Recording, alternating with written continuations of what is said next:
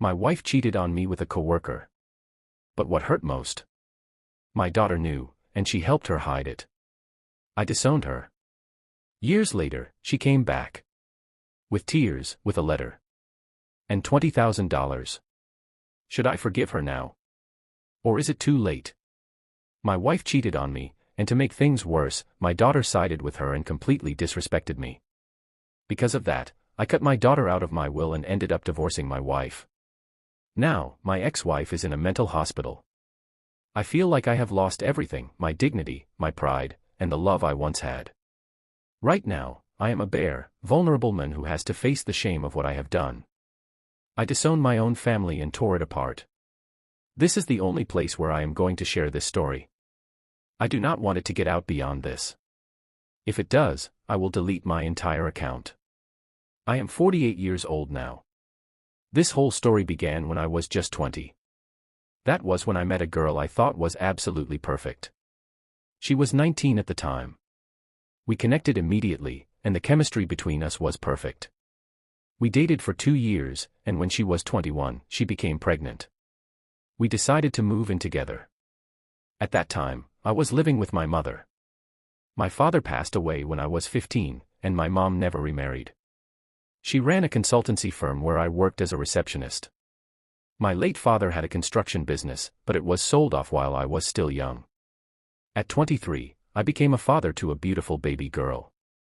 After she was born, the bond between me and my girlfriend grew even stronger. 2 years later, we got married. I started working as a computer programmer. Because my skills were in high demand, I earned a 6-figure salary. Our lives were taking off. My wife wanted to be a stay-at-home mom. I agreed to that but also suggested she could pick up a part-time job to stay active and busy. But things changed when I was 29 and she was 28. Her father had a terrible accident that left him paralyzed from the waist down. If that wasn't bad enough, he was the family's only source of income. I talked it over with my mom, and eventually, my wife's parents and her sister moved in with us. They used to live in a rented place, and now with her father unable to work, finances became a real struggle. Her sister took a part-time job, and so did my wife to help support their family. Around this time, I also inherited some money from my late grandmother's will. My mother divided the inheritance into 2 parts, one for my college fund and one for my insurance. I never had a problem with this plan, but my wife wanted to use the inheritance to buy a house so we could move out of my mom's place. I was okay with that idea, but she insisted on buying the house in her mother's name, using my inheritance money. Her plan was for both sisters to work and pay off what I had inherited. This is where the problem started. So there was this growing distance between me and my wife because I found her plan really strange. 2 years went by. Then my mom suffered a stroke, she had several blood clots, and the doctors had to operate quickly and urgently. The surgery went well, but my wife insisted that my mom stay in the hospital instead of coming home because it would be too hard to care for 2 sick people under one roof. I told her I was okay with that, but I planned to hire a nurse for my mom's care. She wasn't having it. She demanded that I either hire 2 nurses, one for my mom and one for her dad, or none at all. I told her she'd have to cover her father's nurse expenses because I was already paying for everything else, bills, groceries, taxes, our daughter's private school, and now the nurse for my mom. I simply couldn't afford both. She should have been able to pay since both her sisters made a combined income of nearly $60,000 a year, which seemed more than enough considering they lived rent-free and ate free meals. Around this time, my relationship with our daughter took a hit. She started disrespecting me openly and was just mean. At first, I thought it was just typical kid stuff, she was only 8. My mom recovered quickly and shared her thoughts, saying she wanted to sell her consultancy firm and put the money in my name. That sparked an argument with my wife. She wanted my mom to leave the money to our daughter and herself since I had already received my share of inheritance from my grandmother. What surprised me more was that her parents stayed quiet through all this. My mom reminded my wife that it was her money, and she didn't mind giving some inheritance as insurance plans. But my wife wasn't happy with me because, see, we didn't have a joint bank account. She couldn't access my account, and I couldn't access hers. She wanted us to open one together. We argued about it, and finally, it was decided that my mom would give the entire money to me. That was supposed to settle the issue. Months went by like this, but then, sadly, my father-in-law passed away. It hit my wife hard. I tried everything I could to comfort her. I took care of the household and all the work by myself, no bragging, just doing what needed to be done.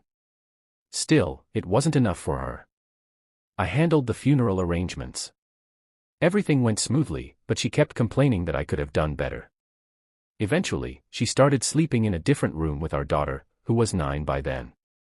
I convinced her to go to therapy, and things seemed to calm down. We reconnected intimately, stronger than before. But I could tell something was off with our daughter. She shut me down every time I tried to talk to her, and that hurt deeply. 2 years passed as I kept trying to rebuild my bond with her.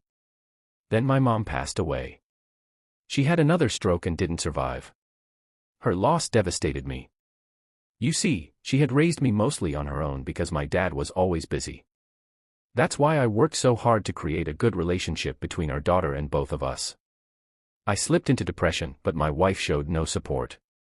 Our daughter didn't even come to the funeral, and that broke my heart.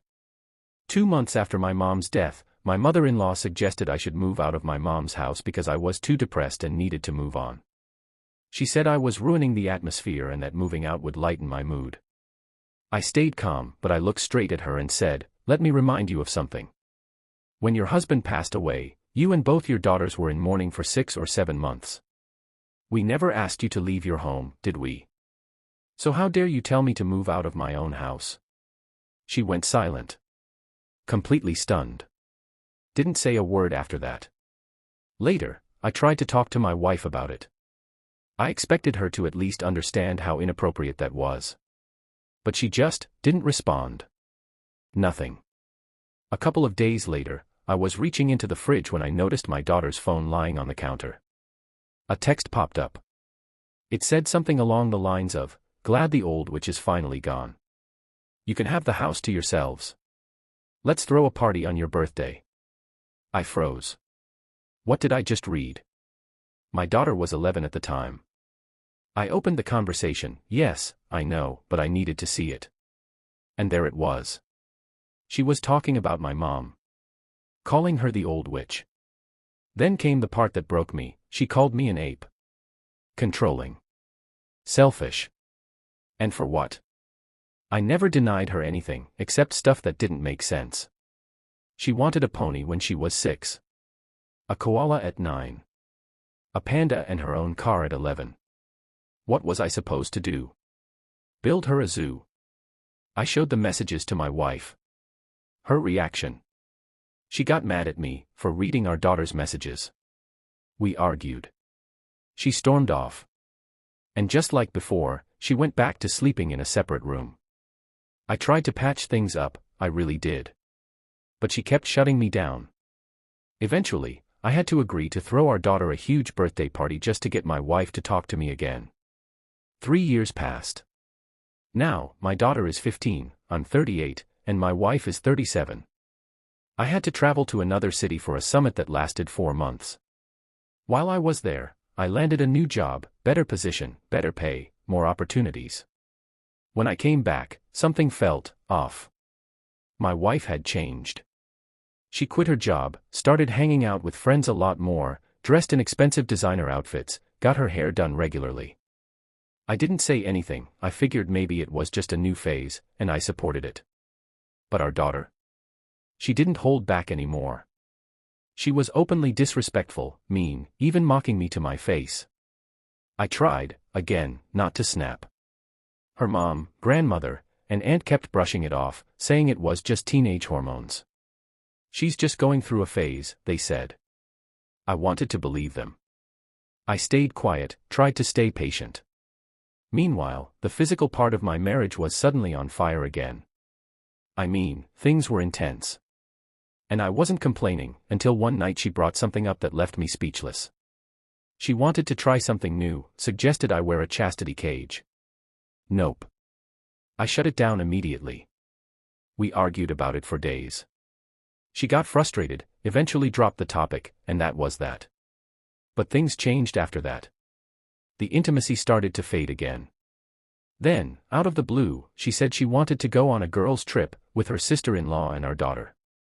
I thought it might be good for them, so I agreed and even paid for most of it. But then she went 3 whole days without calling me. She only chatted with her mom. I had to ask for updates through my mother-in-law. It felt strange. Off. Like something was being kept from me. When she finally came back, I sat her down and asked her what was going on. She told me she was just tired. I asked to see some photos from the trip, just out of curiosity. There were plenty. Lots of smiling faces, friends, group shots. Some guys too. That made me raise an eyebrow. But she quickly said they were just friends. Nothing to worry about. She even named a couple of them, explained how she knew them. I looked through everything, and yeah, there was nothing clearly suspicious. So I let it go. 2 months later, it was my daughter's birthday. I wanted to plan something special for her. You know, a proper celebration. But my wife stopped me before I could even finish my sentence.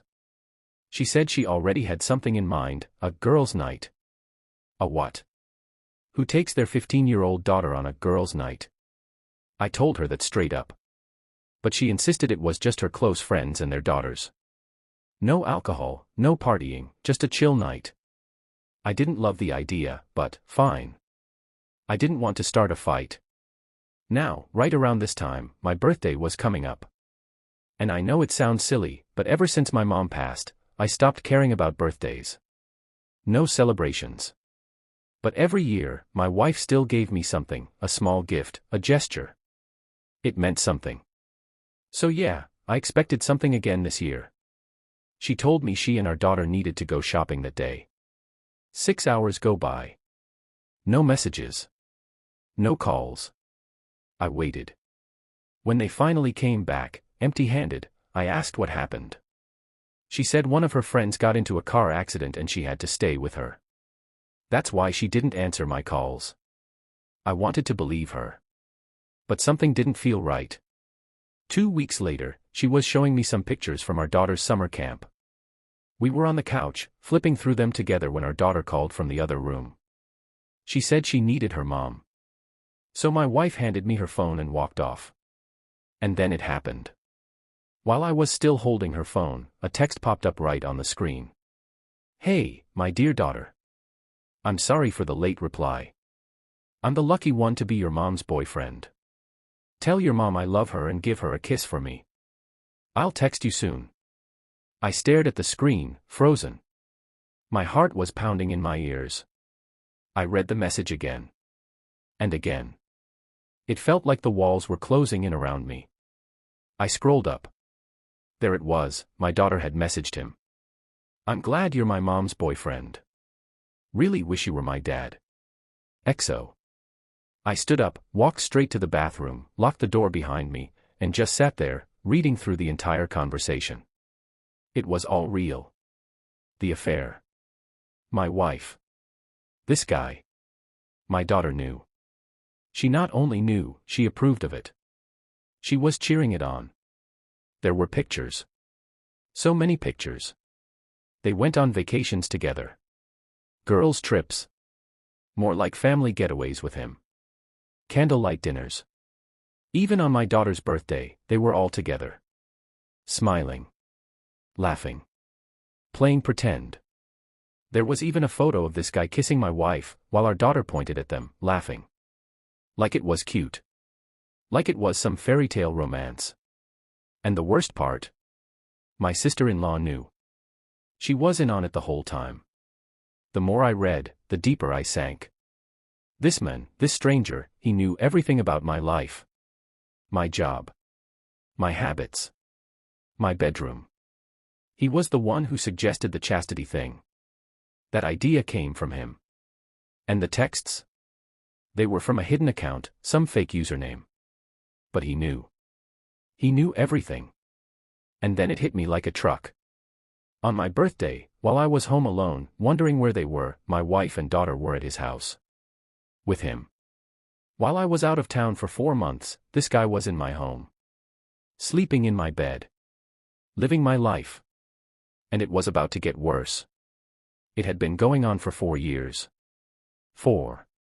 Damn. Years. I was still locked in the bathroom, shaking, when I heard a loud bang on the door. It startled me. It was our daughter. I opened the door and just stared at her. For the first time in my life, I looked at my little girl and felt nothing. Not the love. Not the pride. Just disappointment. She stood there, red-faced, tears streaming down, but speechless. I was not even angry. That was the scariest part. I was cold. Numb. My wife showed up. Then her sister.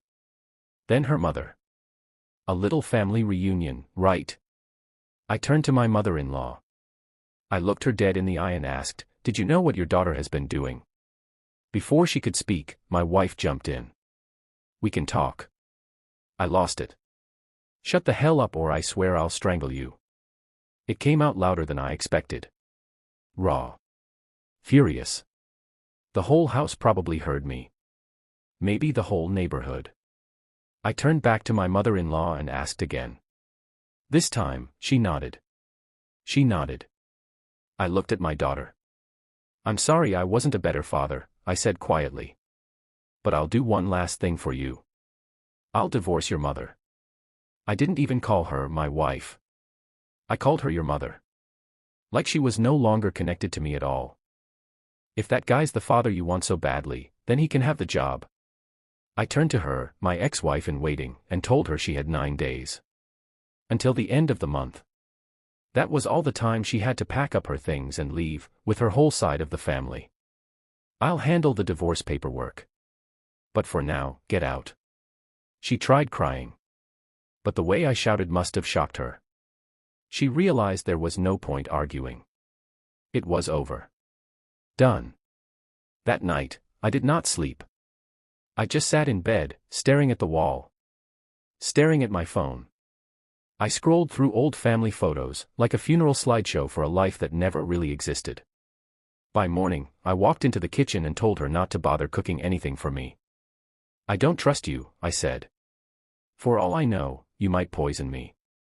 She broke down crying again, and I admit, I felt like I had gone too far with that one. But I was heading to my lawyer's office that day. I was not about to play house anymore. She tried to speak. I ignored her. Her mother asked me to at least listen before making final decisions. I just walked out. I had a friend, he's a lawyer. Good one. I met him at his office and told him everything. No holding back. When I finished, he just sat there, quiet for a moment. Then he said, "I've been a lawyer for 12 years. I'm 41. And I've never seen a case that made me this angry and this sad at the same time." He stood up and hugged me. Then he said something that gave me a little spark of hope. His uncle is a family judge, and there's a good chance he'll be the one assigned to my case. But before we could move forward, he said I needed proof. Loads of it. He gave me the contact info for a private investigator. I called immediately. Hired him the same day. I tried going through my daughter's phone. Nothing. Either she wiped it clean, or she was smarter than I thought. I talked to my wife. She kept saying sorry, over and over again. But not once did I feel any actual remorse in her voice. It was like she was trying to manage a crisis, not fix a marriage. The others, her mother, her sister, even my own daughter, they avoided me completely. My daughter was so scared, she left to stay at her friend's house for 2 days. Her friend's dad called me to check in. I told him the whole story. He said, "I'm so sorry, man." When I told my daughter's friend's father what happened, he could barely believe it.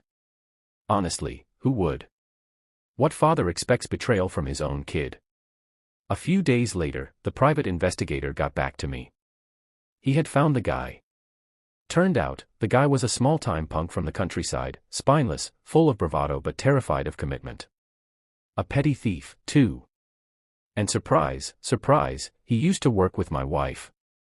I went to confront him with my lawyer, the PI, and one of my oldest friends. We cornered him legally, pressured him hard, and the guy cracked like a cheap plate. He admitted everything. Said he had a crush on my wife.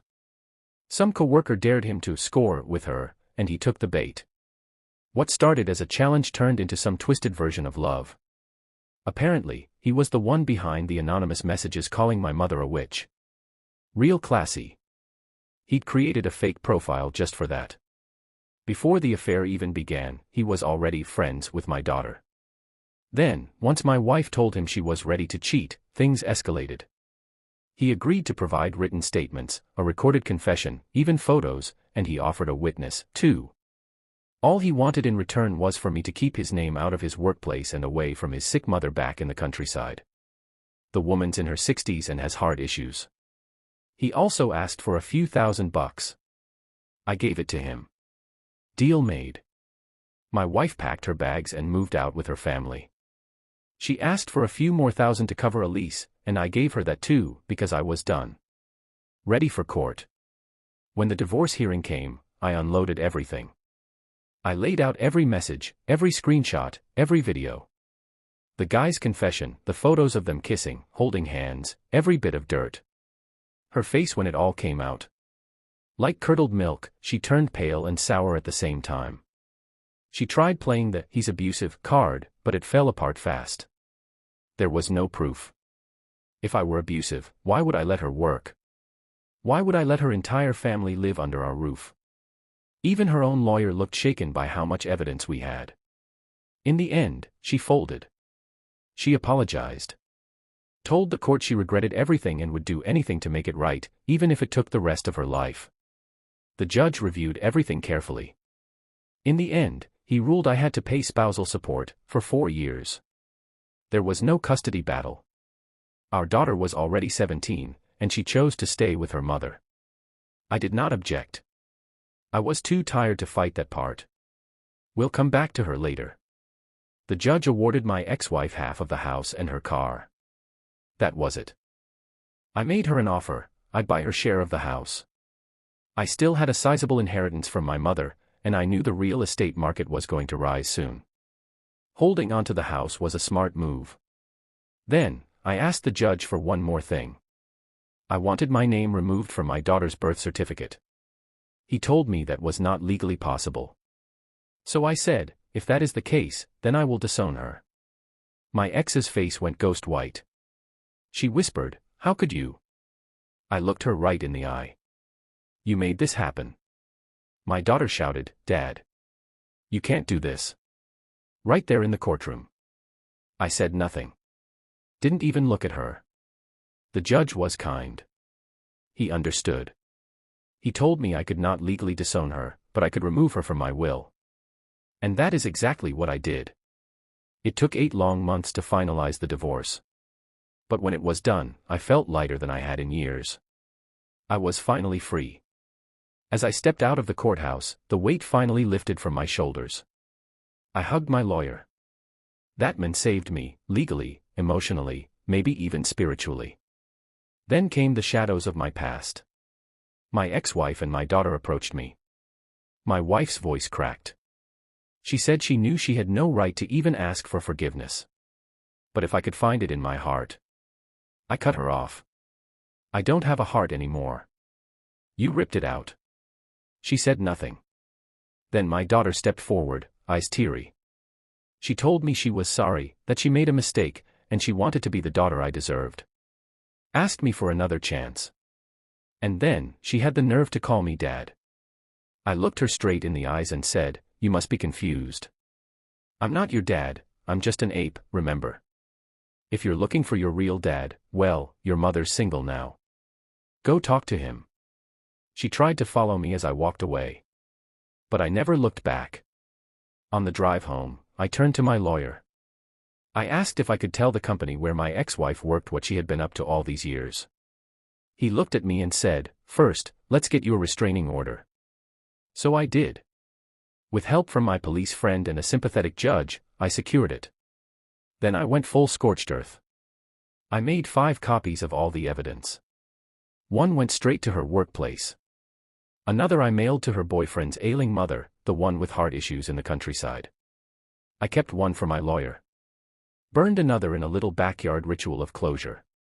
And the last one. I left it in my locker as a reminder. And oh boy, the fallout. It was glorious. They were both fired. Of course, that brought the whole flying circus down on me. My ex-sister-in-law called, screaming at me. Said she had always known me as a strong, loyal, humble man, said she never thought I'd ruin her sister's career. I laughed in her face. Funny. I never thought you'd support your sister cheating on her husband, I shot back. Then I went in for the kill. You seem pretty upset. Makes me wonder, were you involved with her boyfriend too? She was disgusted. Blocked me on everything. Then her mother, my former mother-in-law, reached out. Tried to apologize. Claimed she couldn't raise her daughters right. Blamed herself. I didn't let her off easy. You were greedy. Selfish. And honestly, a lousy parent. I told her I would not shed a single tear if she died tomorrow, and she should have been grateful to ever call me her son-in-law. Then I blocked her. As for the boyfriend, his mother, already weak, had a heart attack and passed away. I later found out she hated cheating. His dad had abandoned them before he was even born. It made sense now why he was so screwed up. Why he clung to other people's families like a parasite. For a moment, I felt bad. But therapy taught me something. I don't owe that feeling to him. He tore apart my marriage. My home. My peace. I just returned the favor. Even after everything, my daughter did not give up. She kept reaching out, texts, voicemails, long messages filled with apologies. I blocked her. But that did not stop her. Eventually, I had to change my number just to get peace. 8 months after the divorce was finalized, I sold the house. Made a good profit. I packed up my life, left that city behind, and started over. New town. New job. Better salary. I got into therapy, started hitting the gym, joined a boxing club. Took my pain and turned it into power. I bought a new home, started investing in crypto and stocks, made more money than I ever imagined. Life, somehow, was turning around. When I turned 42, I finally stepped back into the dating world. By 44, I met someone who truly saw me, really saw me. She had been through hell too. Her marriage was destroyed by betrayal. She knew the pain. The silence. The betrayal. We married. We built something new. Something real. No kids from her side, and honestly, I was okay with that. Today, we have a 4-year-old son. That little boy. He's my heartbeat. My world. I've never been this happy. And yet, I had my will updated. My daughter, my ex-daughter, was completely removed. No inheritance. No second chance. But 2 weeks ago, out of nowhere, she found a way to contact me again. She sent me 8 long paragraphs. Every word dripping with regret. She talked about her depression. Her therapy. The hard work she's doing just to survive. I didn't know how to respond. I still didn't, until I got a call from my lawyer. She had shown up to his office. Not empty-handed either. She brought $20,000. I have no idea where she got that kind of money. She told him that she wanted to repay everything I had ever spent on her. Every meal. Every school fee. Every gift. She said she would keep apologizing for the rest of her life if that is what it takes, but she begged for one thing. She wants me in her life again. She said the guilt is swallowing her whole. And then came the rest of it, the fallout of her life. My ex-wife is now in a psychiatric hospital. Deep depression. My ex-sister-in-law. Living with an abusive drunk, pregnant with her second child. My former mother-in-law. She passed away, an accident, heavy blood loss. If she had survived, the doctor said she would have ended up like her husband. Brain damage. Vegetative. So now my daughter is alone. She dropped out. Works part-time. Friends. Gone. After I confronted one of their parents, they turned on her. Called her toxic. Cut her off. And hearing all of this, it broke something in me. Shattered my chest wide open. My wife, my rock, she's the one who's been pushing me to at least try. She believes my daughter has changed. She believes she needs her father right now more than ever before. She told me if I walk away now, my daughter might never get back up again. That she could spiral beyond recovery. And here I am, stuck. Because being a father doesn't end when your child stabs you in the back. It doesn't end when they throw away the love you built over years. Being a father means making decisions that tear you apart inside. And cutting her off. That was the hardest one I've ever made. She didn't just break my heart. She crushed my pride. The trust. The belief. The love. And yet, here I am. Wondering if there's still a path to redemption. Do I call her? Do I forgive? Or is some damage simply, forever? My lawyer told me I should reach out. He said it's not just about her anymore, it's about me. About doing the right thing. About letting go of the weight I've carried for far too long. Maybe he's right. Maybe it's not forgiveness for her, but freedom for me. Funny how life works. One moment you're a proud father, a loving husband, a man with a solid home, and the next, it's all dust. Lies. Betrayal. And then, even that passes. Now I look around at the life I rebuilt, the love I found again, the son I adore, the man I've become, and I wonder. Could this really be the final chapter? Or is life giving me one more chance to heal?